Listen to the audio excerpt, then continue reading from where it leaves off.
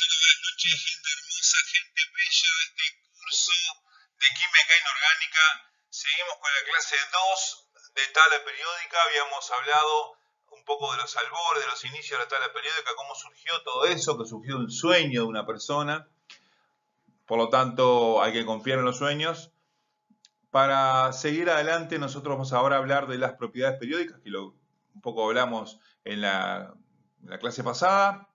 Búsquenlo en el video de YouTube, en ZPN 2030. También está en el grupo de Facebook Aprendiendo Química en Cuarentena. Es un servicio que intento brindar de ayuda a aquellos estudiantes y no tanto que de alguna manera se ven impedidos de aprender esta materia por el efecto que estamos teniendo de la cuarentena, de la pandemia, que nos está pegando en todos lados. Por lo tanto, ese es mi granito de arena para esta gente. Y no solo, como dije, son alumnos, sino que hay muchos profesores también que me honran con su presencia y también mucha gente curiosa que quiere saber de qué se trata todo esto, tiene tiempo y entonces lo aprovecha de la mejor manera, que está aprendiendo la mejor materia del mundo, que es la química.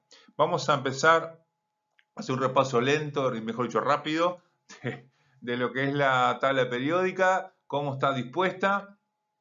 Simplemente lo único que quiero que se vayan acordando que en el periodo 2 acá inaugura los elementos de este grupo, digamos que no son los ni metal ni metal alcalino térreo, es el boro.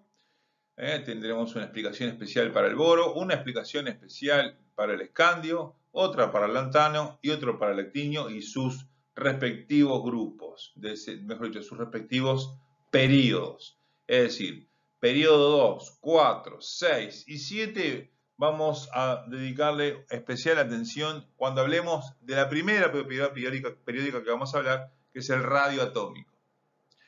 O sea, vamos a ver cómo cambia el radio atómico de acuerdo a cómo está organizada la tabla periódica. Digamos que la estructura de la tabla periódica está armada de la siguiente manera. Esta es la misma que les acabo de presentar. Digamos que están divididos en 18 grupos o familias. Estos grupos o familias se llaman así porque son como los elementos de una familia, nuestra, la mía, la de cualquiera de ustedes.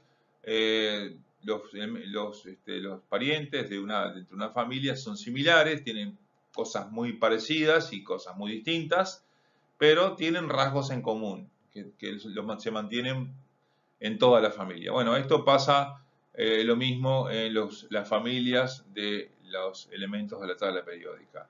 Si no existiera este tipo de propiedad en común, la tabla periódica sería un enunciado enorme de 130 elementos, uno abajo del otro, sin ninguna relación entre sí, que nos haría imposible poder entender la estructura de la materia. O sea que la tabla periódica vino a resolvernos la vida en ese sentido. Seguimos adelante. Bueno, esta es la forma moderna de llamarle a los grupos. No se llaman más con A y B, que andan por ahí en la vuelta. Estos números puestos en rojo a la izquierda son los periodos, donde, digamos, se inauguran los periodos en el grupo 1 y se cierran los periodos en el grupo 18. El primer elemento del periodo 2 es el litio y el último elemento del periodo 2 es el neón.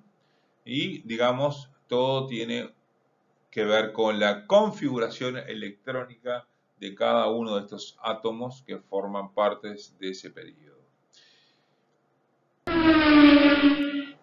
Bien, periodos, van para allá. Podemos dividir también la tabla no solamente en grupos o familia y periodos, sino también en bloques.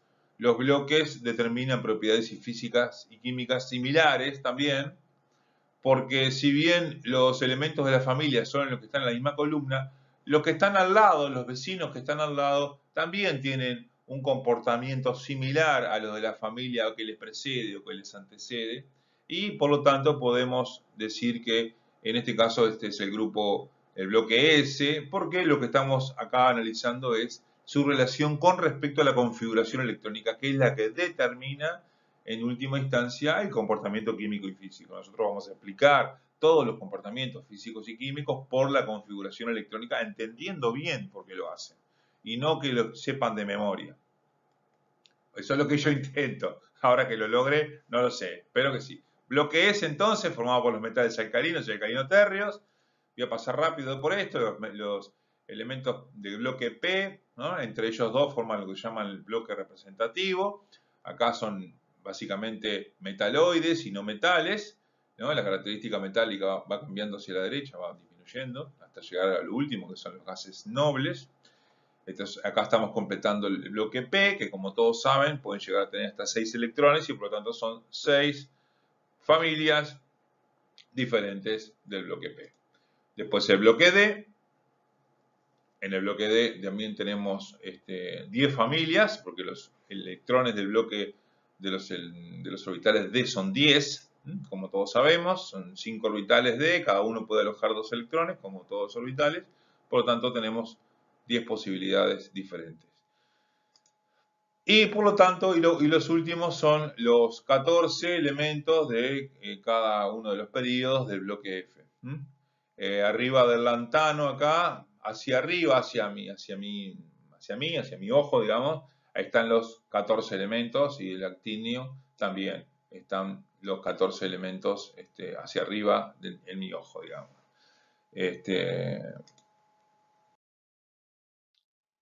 Esto es un resumen que dice, para explicar un poco cuál es la configuración de acuerdo a los bloques.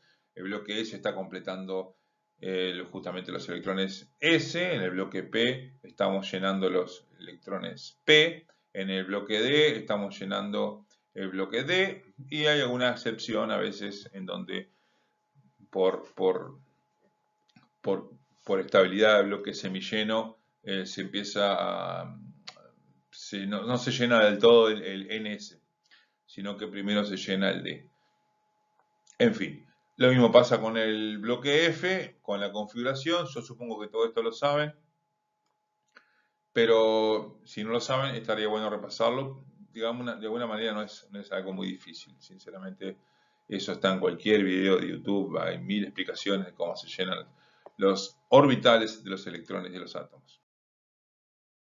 Vamos a empezar con la primera propiedad periódica. A ver, ¿qué es, cómo, por qué tiene esta forma? Esta forma de, no sé, de un electroencefalograma. Pero vamos a entenderlo de a poco. Tenemos en el eje de la Y el radio atómico en picometros, que es como si fuera Armstrong dividido 100, algo así. Y en el eje de las X el número atómico. O sea que avanzamos hacia la derecha. Estamos con los elementos cada vez más pesados, con más protones, con más electrones, y a medida que aumentamos arriba son de mayor volumen, ¿no? El volumen y el radio están súper emparentados porque nosotros suponemos, en una suposición bastante lógica, que los átomos son esferas, ¿no? Y como todos sabemos, el volumen de una esfera depende proporcionalmente del cubo del radio, ¿no? El volumen de una esfera es 4/3 de pi por radio al cubo, por lo tanto, siempre vamos a suponer que los átomos neutros son esferas y lo que estamos haciendo, el procedimiento mental que hacemos es, a medida que nosotros pasamos de un átomo neutro al siguiente, por ejemplo, pasamos del hidrógeno al helio, o ¿no? Lo que aumentamos es un protón en el núcleo y un electrón en la periferia. Vamos agregando de a uno y vamos viendo cómo va cambiando ese volumen o ese radio atómico. La lógica nos diría que, bueno, a medida que yo voy agregando más protones en el núcleo y más electrones en la periferia, los electrones van a estar lo más lejos entre sí separados, porque son cargas negativas que intentarán estar separadas lo más que puedan para no repelerse. Pero a su vez hay otro razonamiento que me dice, sí, bueno, pero si yo pongo cada vez más protones en el núcleo, entonces esos electrones que estoy agregando van a sentir más atracción, porque la masa de protones, la masa positiva, es mayor y por lo tanto esos protones van a intentar acercar a esos electrones que estoy agregando. Bueno, entre esas dos fuerzas se obtiene este tipo de estructura, de procedimiento que tienen de comportamiento, mejor dicho, de los electrones. Y lo que vamos a analizar esto es sorprendente, esto es algo absolutamente sorprendente. Es decir, nosotros vamos a agarrar el periodo 2, el que inaugura el periodo es el que tiene el radio más grande, y yo le agrego un electrón y un protón y el radio cambia abruptamente, cada vez más chico, no es la mitad, pero es casi, digamos, 2/3 partes de lo que era el segundo elemento, y a su vez voy agregando un protón y un electrón y los radios van cada vez más chicos, hasta que llego al último de los elementos del periodo y el radio es el más chico de todos. Entonces ustedes dirían, bueno, ahí ganó más la fuerza, los protones que estoy agregando en el núcleo contra los electrones que estoy agregando. Ese protón que estoy agregándole más hace más fuerza que la repulsión que hay entre los electrones para irse cada vez más lejos. Entonces el radio va disminuyendo. Pero esa teoría se me acaba pronto, porque cuando inauguro el próximo periodo, el salto es enorme en el radio atómico. Paso de 50 picómetros a casi 230. Es una multiplicación casi por 4. Es decir, ¿qué pasó ahí? No estoy agregando un protón y un electrón. ¿Cómo puede ser que el radio se me dispare tan lejos? Entonces tengo que estudiar mucho más en profundidad. Mi teoría de que los protones, la fuerza que le imprimían a los electrones, no era tan así. Entonces necesito estudiarlo con más detenimiento esto. De cualquier manera, estoy viendo que la tendencia es siempre la misma, ¿no? O sea, siempre que inauguro un periodo, si los elementos de los metales cada vez son los más grandes de todo el periodo, y a medida que voy agregando un protón y un electrón, los radios van disminuyendo, los volúmenes atómicos van disminuyendo. Con algunas excepciones, como dijimos, que después veremos por qué. Porque este elemento es más grande que este. Todo tiene una explicación lógica y todo es justamente una excepción. Todos los periodos les pasa exactamente lo mismo. También en esta gráfica podemos ver otra cosa, si vamos más al detalle. La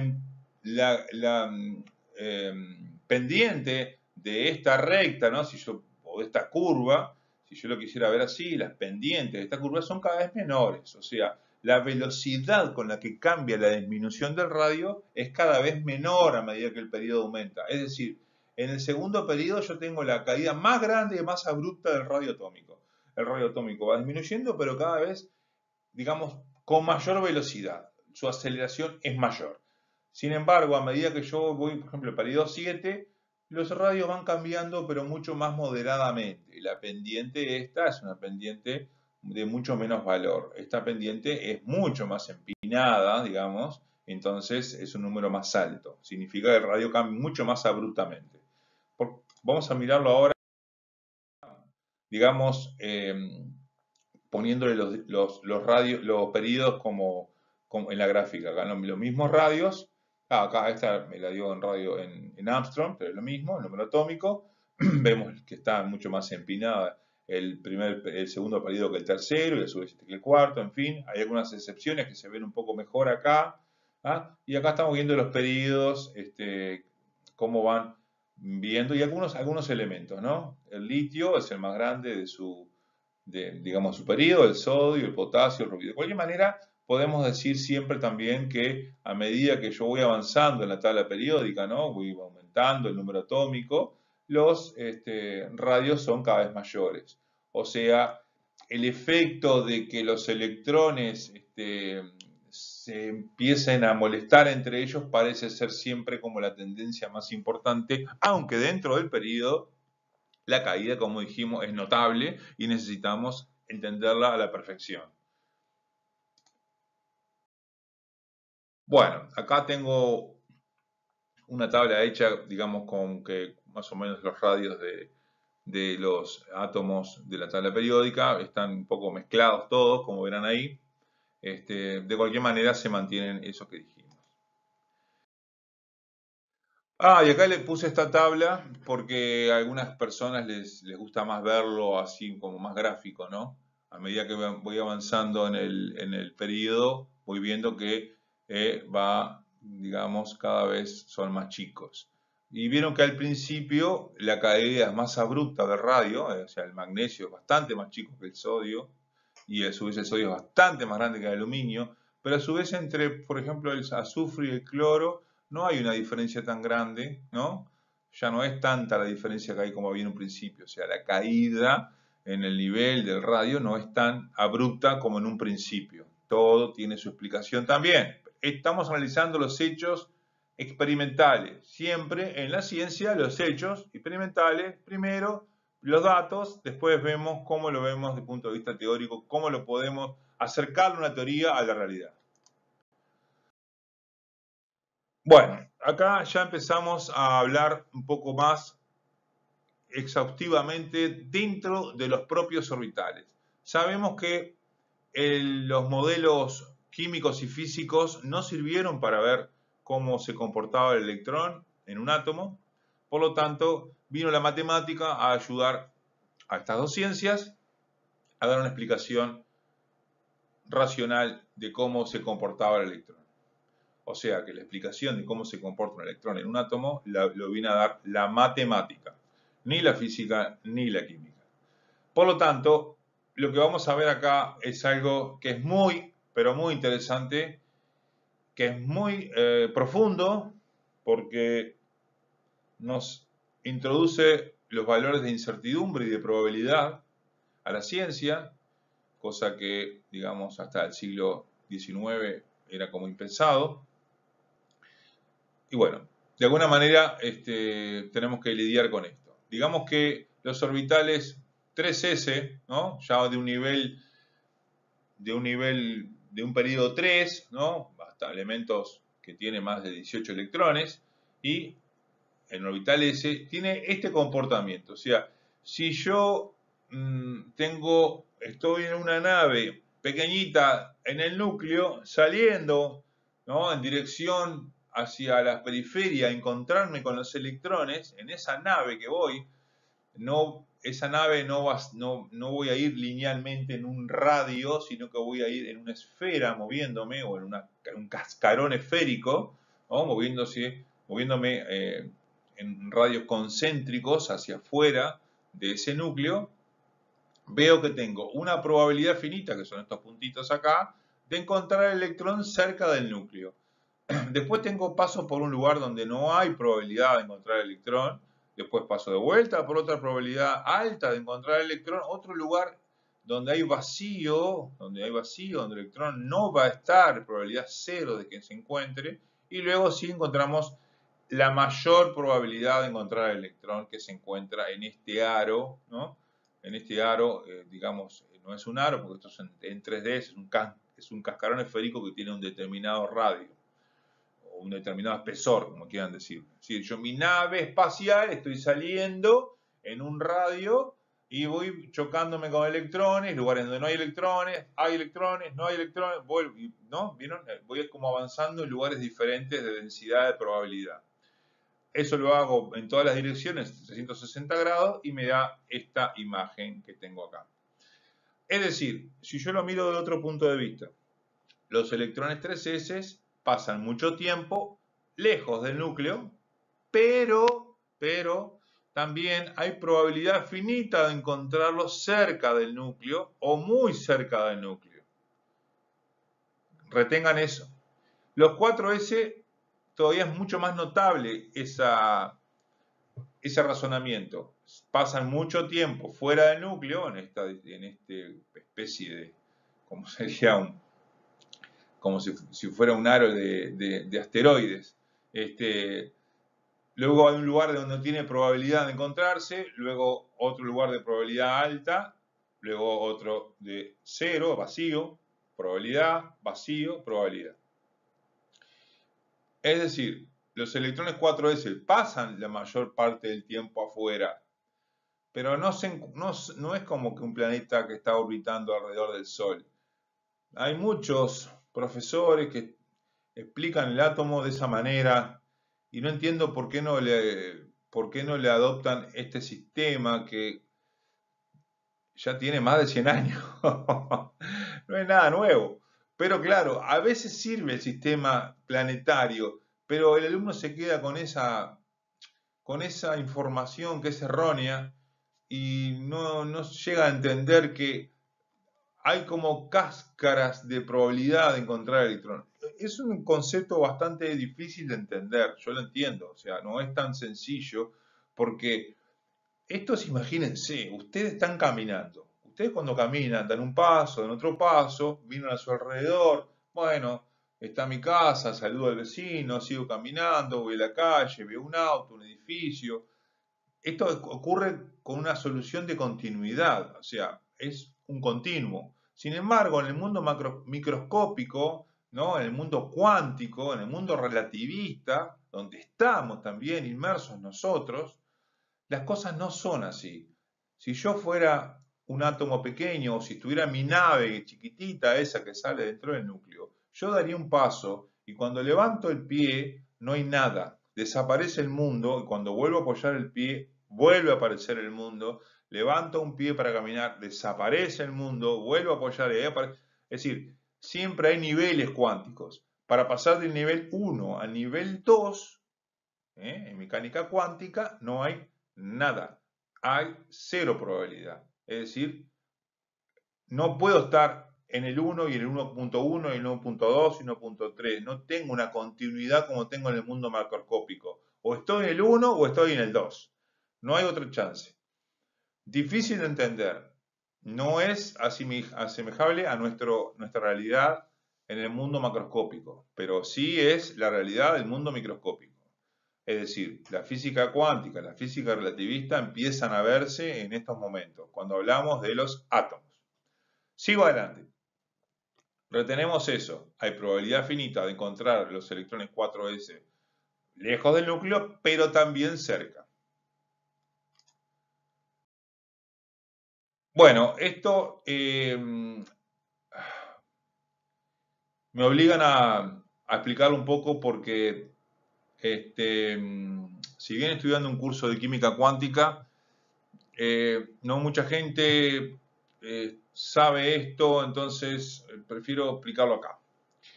Digamos que como vino la matemática a solucionar los problemas que la física y la química no pudieron en su momento, entonces analizaron lo que se llama una partícula en una caja y dijeron, bueno, cuando yo tengo una partícula en una caja, en determinado momento va a estar en un punto del espacio.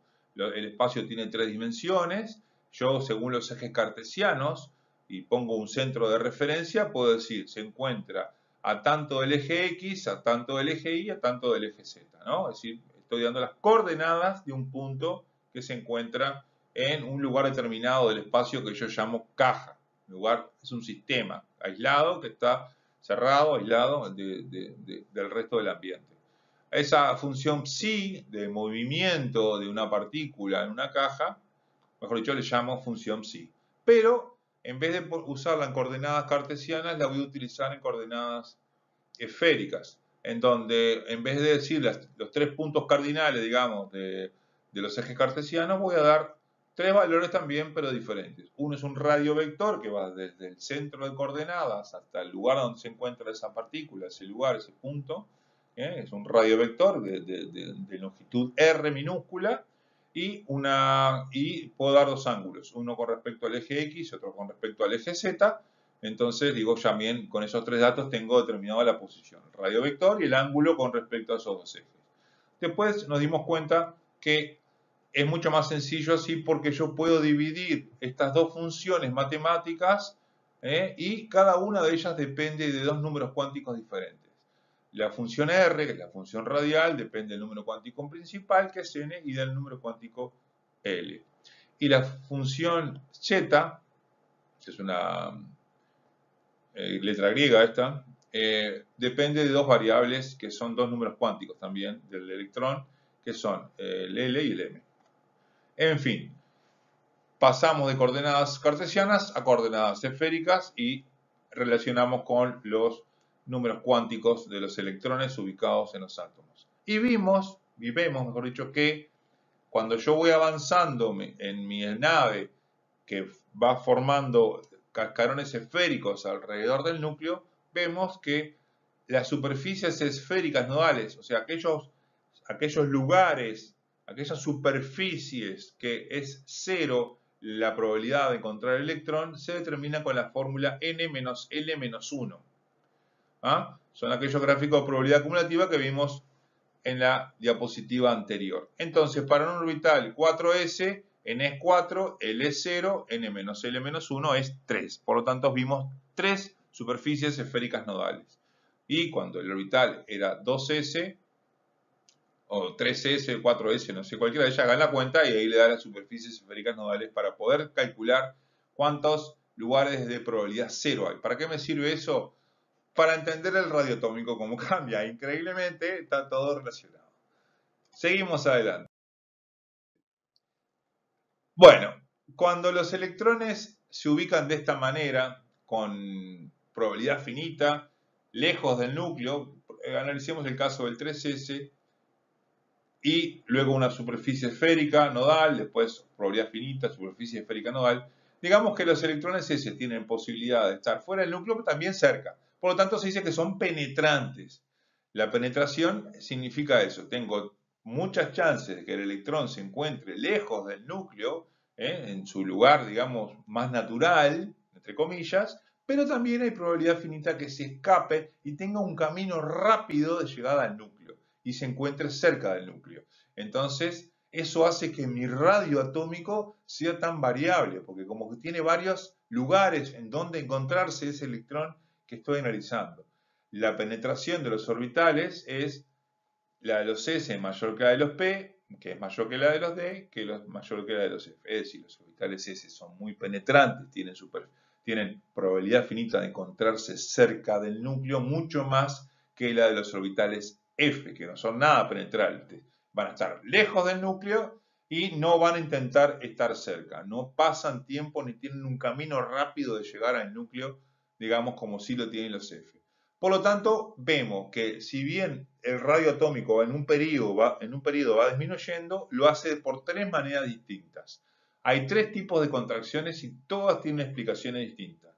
Las explicaciones de las contracciones boránidas, acuérdense, periodo 2, el boro, están explicadas por la penetración de los orbitales S. Si tengo orbitales S, entonces a medida que yo voy agregando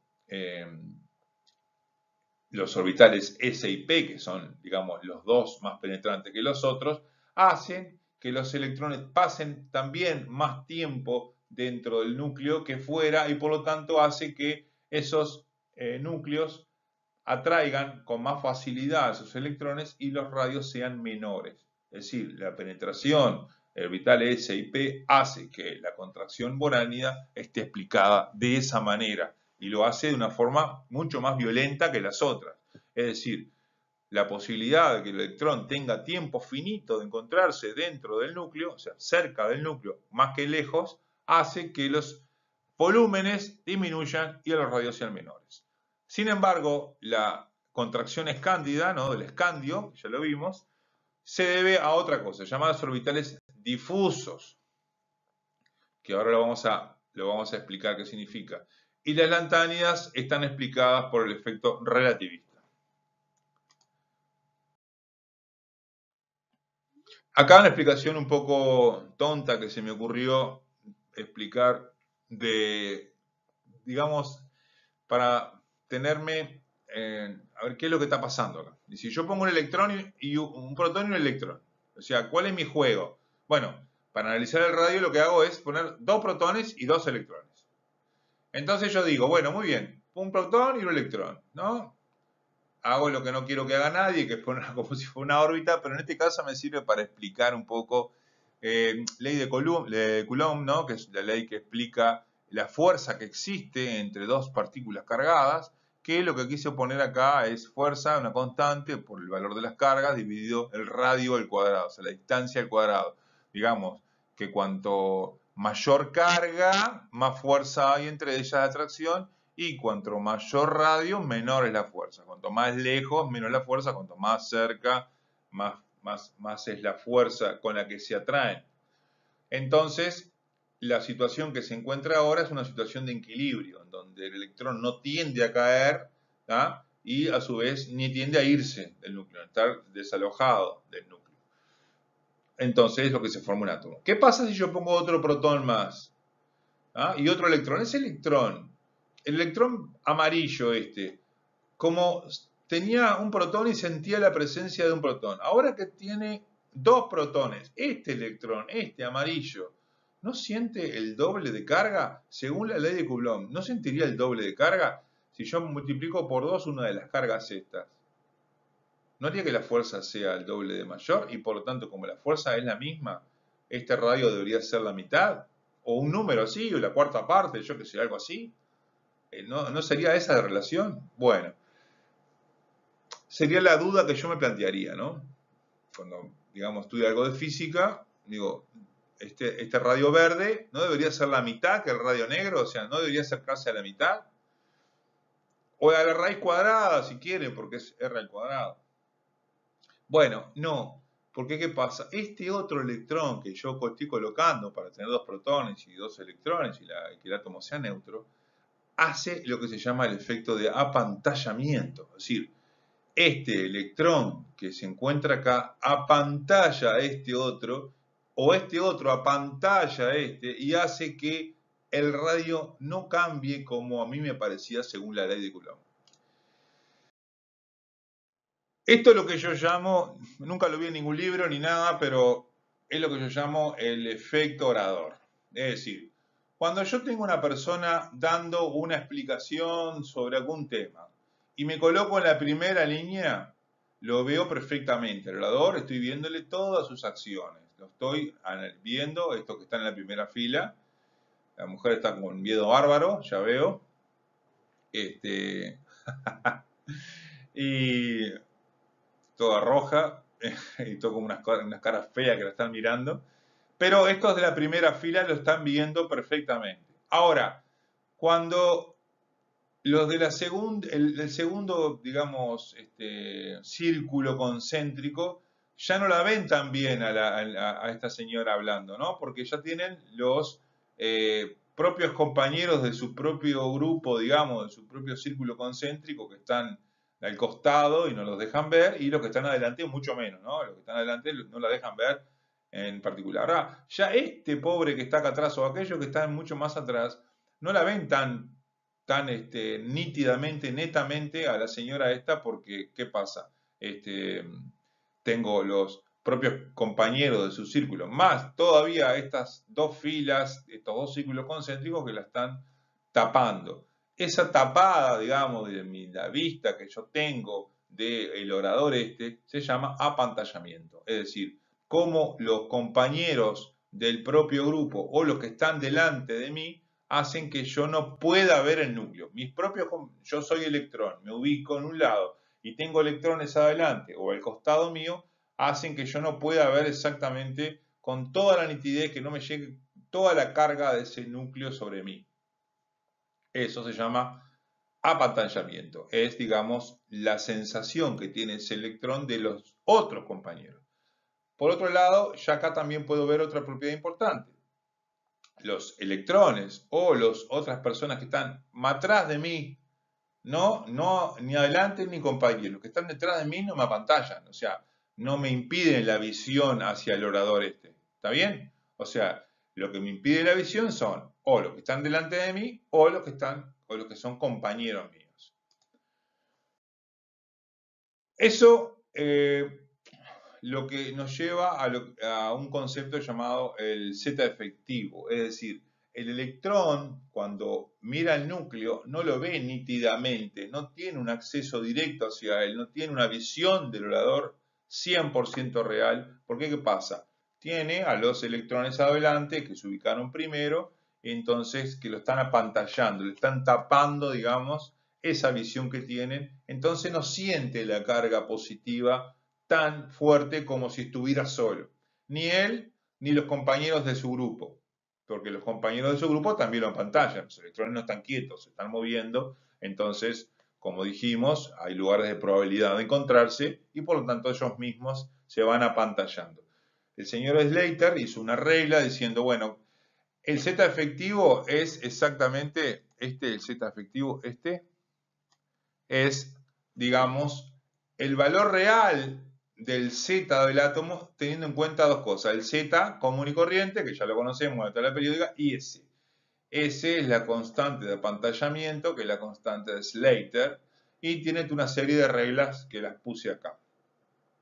Para calcular cuál es el Z efectivo y poder calcular el radio atómico y entonces entender la propiedad periódica del cambio radioatómico.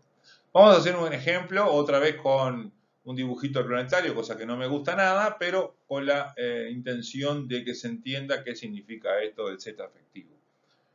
Acá tengo, por ejemplo, un núcleo, el carbono, que tiene 6 protones y ubico 6 electrones. 2 electrones lo ubico en el nivel 1 de C2, otros 2 electrones, o sea, este y este.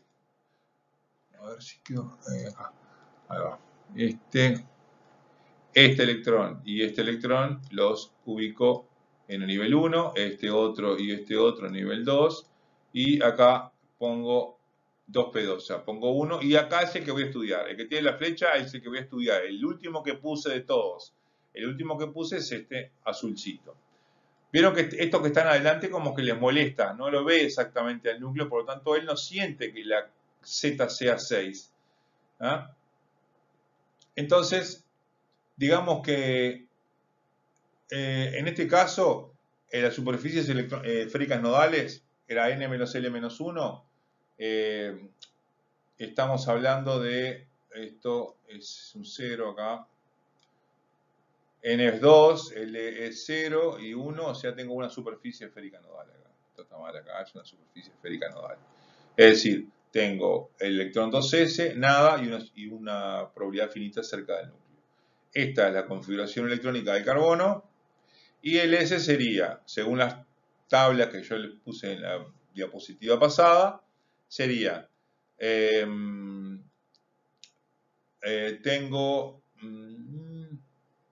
bueno, son electrones antes que el 2pi, este que estoy hablando, tengo 4 y tengo 2, no, porque esto se divide en 2s y 2p. Tengo estos dos y este formando un mismo grupo, 2s y 2p, son 3, y lo apantallan en 0,35. Y estos dos del grupo 1 lo apantallan en 1. Fíjense que el apantallamiento, la constante de apantallamiento de los electrones que están antes, cerquita del núcleo, apantallan mucho más en 1 que los compañeros del grupito este 2s2p que no apantallan menos. Yo veo menos al orador. Si fuera una barrera en un arco de fútbol, esta barrera cerca del arco hace que yo tenga mucho menos chance de ver al golero, ¿no? Que sería este, cuando tiro la pelota, que si estuviera más lejos. Por lo tanto, lo apantallan en 0,35, o sea, un valor bastante menor. En fin, lo que hace es que el Z efectivo, o sea, este electrón, no siente que la carga del carbono sea 6. Siente que la carga del carbono es 2,95, un valor bastante más chico. ¿No? Si el Z efectivo es menor, o sea, yo siento que hay menos carga, el electrón ese se siente mucho más relajado y puede irse más lejos. ¿Se entiende? Es decir, cuando el electrón siente que tiene una carga fuerte y potente, entonces se acerca. Ahora, si el electrón ve que el Z efectivo este es 2,95, bastante menos que 6, entonces tiende a irse hacia afuera. Los cálculos primarios que existían con esto me daban un radio mucho más grande que el que realmente es. A su vez, tengo que confirmar esto con el tema de la penetración del orbital P, que es el que estoy estudiando ahora. De cualquier manera, fíjense qué enorme cómo cambia el Z, ¿no? Pasa del 6 a la mitad, prácticamente. Menos de la mitad. O sea que estamos hablando de un apantallamiento bastante grande. El apantallamiento grande me da un Z efectivo más chico y por lo tanto ese electrón no siente la presencia, no tiene la presencia del núcleo tan fuerte y se relaja y puede ir más lejos. No siente esa atracción.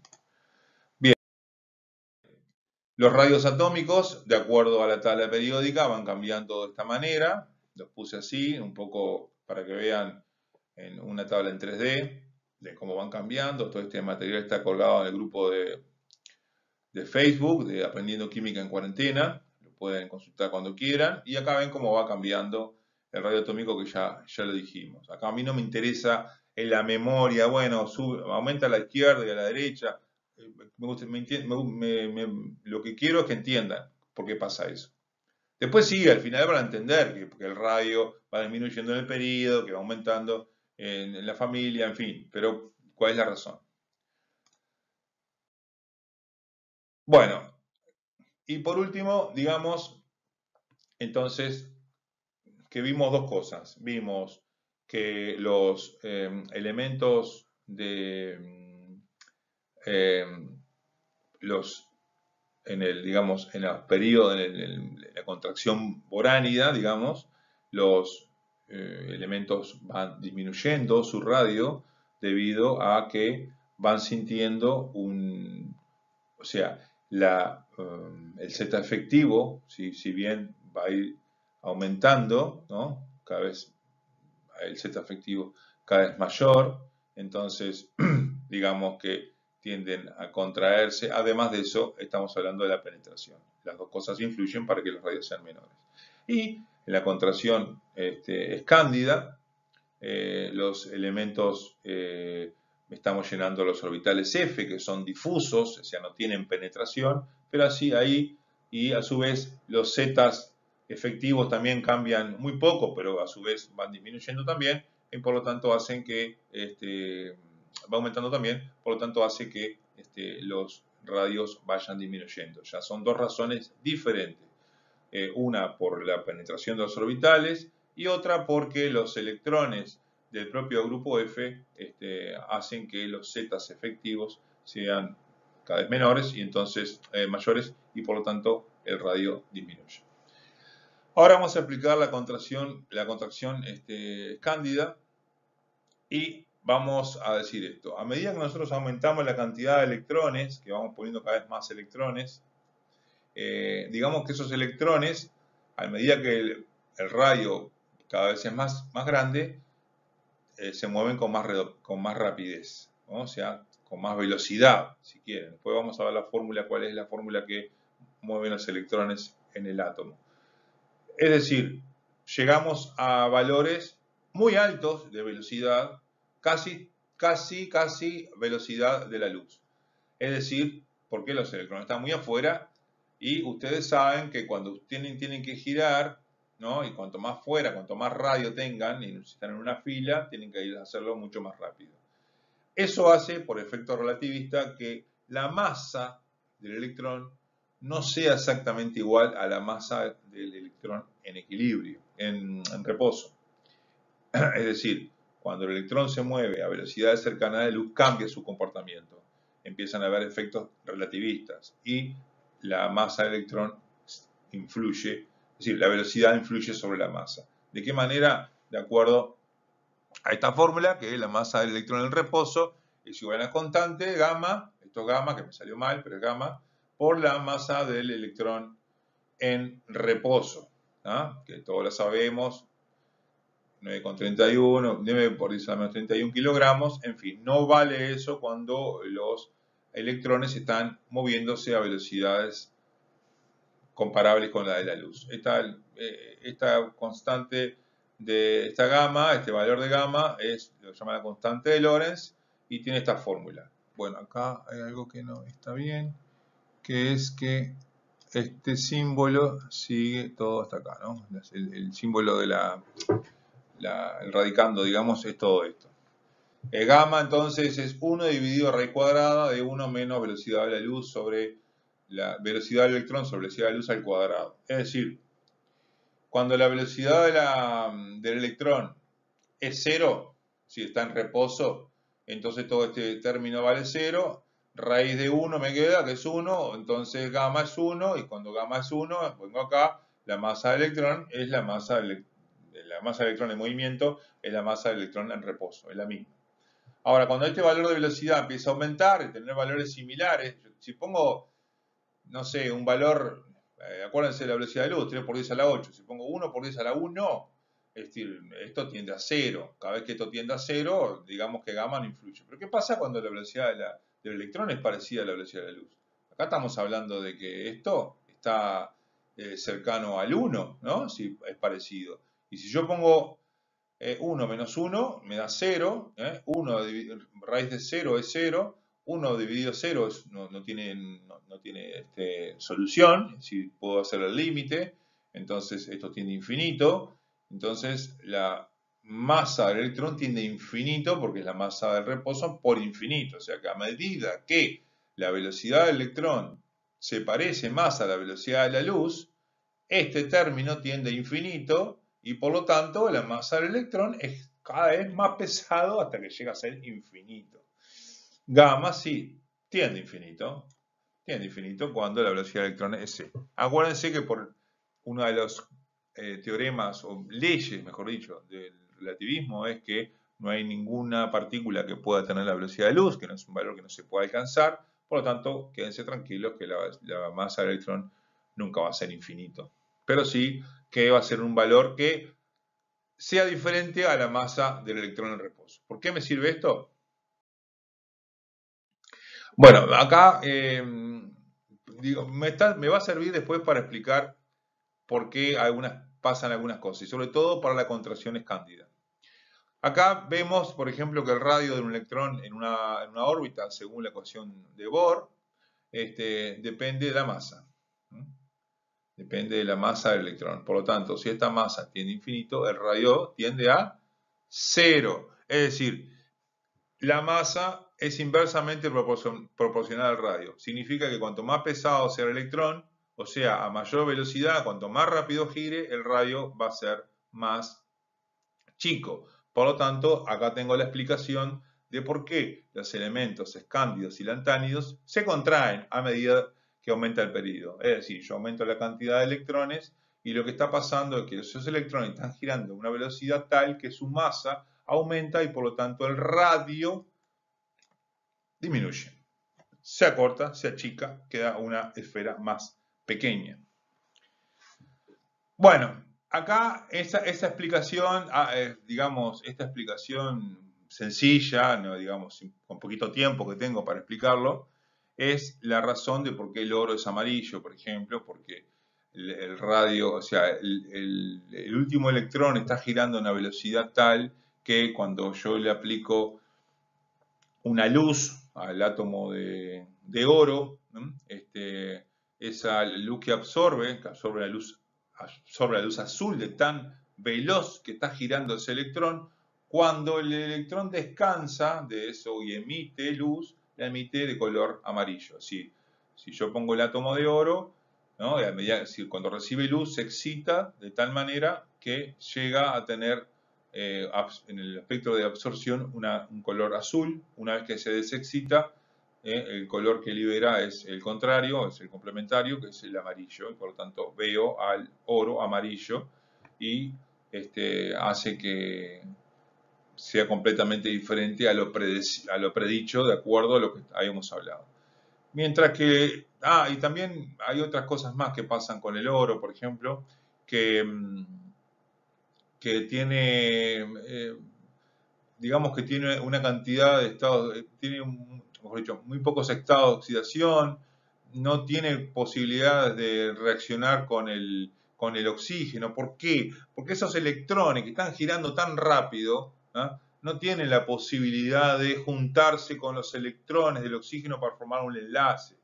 Entonces, digamos que es un metal noble en el sentido de la nobleza, que la nobleza era algo que los reyes no se juntaban con nadie, entonces el oro, bueno, de ahí sale lo que hace es noble, es decir, no tiene reactividad con nada. Pero hablando del oro en particular, el oro es un metal noble porque no se oxida. ¿Por qué no se oxida? Porque ese electrón que está girando tan rápido hace que no sea factible reaccionar con el oxígeno para oxidarse.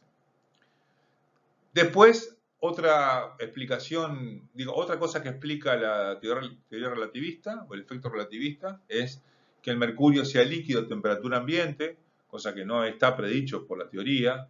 ¿Y por qué pasa eso? Porque también los electrones, últimos del mercurio están girando a una velocidad tan alta, es decir, casi al 60% de la velocidad de luz. Es enorme la velocidad de los electrones del mercurio cuando están en el átomo de mercurio. ¿Qué pasa? A esa velocidad tan alta, los electrones son 23 veces más pesados, ¿no? Estos son cálculos que hemos hecho, igual están en los libros, pero ¿qué pasa? Al girar tan rápido, 0,58 es la velocidad de la luz, o sea, ustedes que dicen que nunca se logró la velocidad de luz, pero qué cerca que está, ¿no? O sea, y es un mercurio que hasta hace poco era parte de los termómetros que utilizábamos todos. Bueno, ¿qué pasa? Acuérdense que una sustancia es líquida, sólida o gaseosa dependiendo de las fuerzas intermoleculares que hayan entre ellas.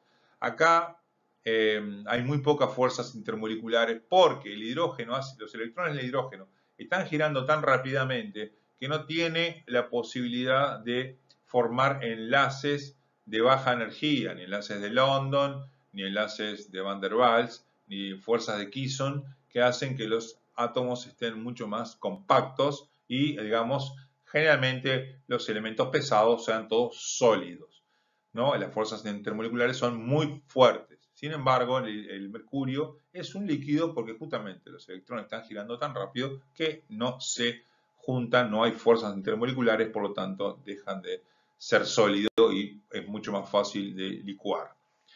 Bueno, la próxima clase seguimos con energía de ionización. Este material ya está todo colgado, así que no tengo que hablar más nada.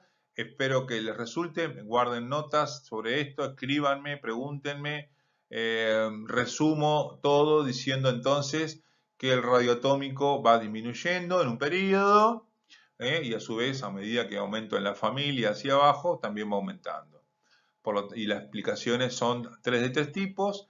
El efecto del apantallamiento es uno, el efecto de los orbitales penetrantes es el otro, y otro es el efecto relativista de los electrones sobre el radio, ¿no? Como hace el efecto relativista un cambio en los radios atómicos o una explicación de por qué los radios atómicos son así. Espero que les haya servido. Esto es demasiado rápido para darlo de esta manera, pero creo que es el formato más, en estos momentos, más adecuado. Les dejo un abrazo grande, cuídense mucho y estoy a la orden para lo que necesiten. Bye, bye.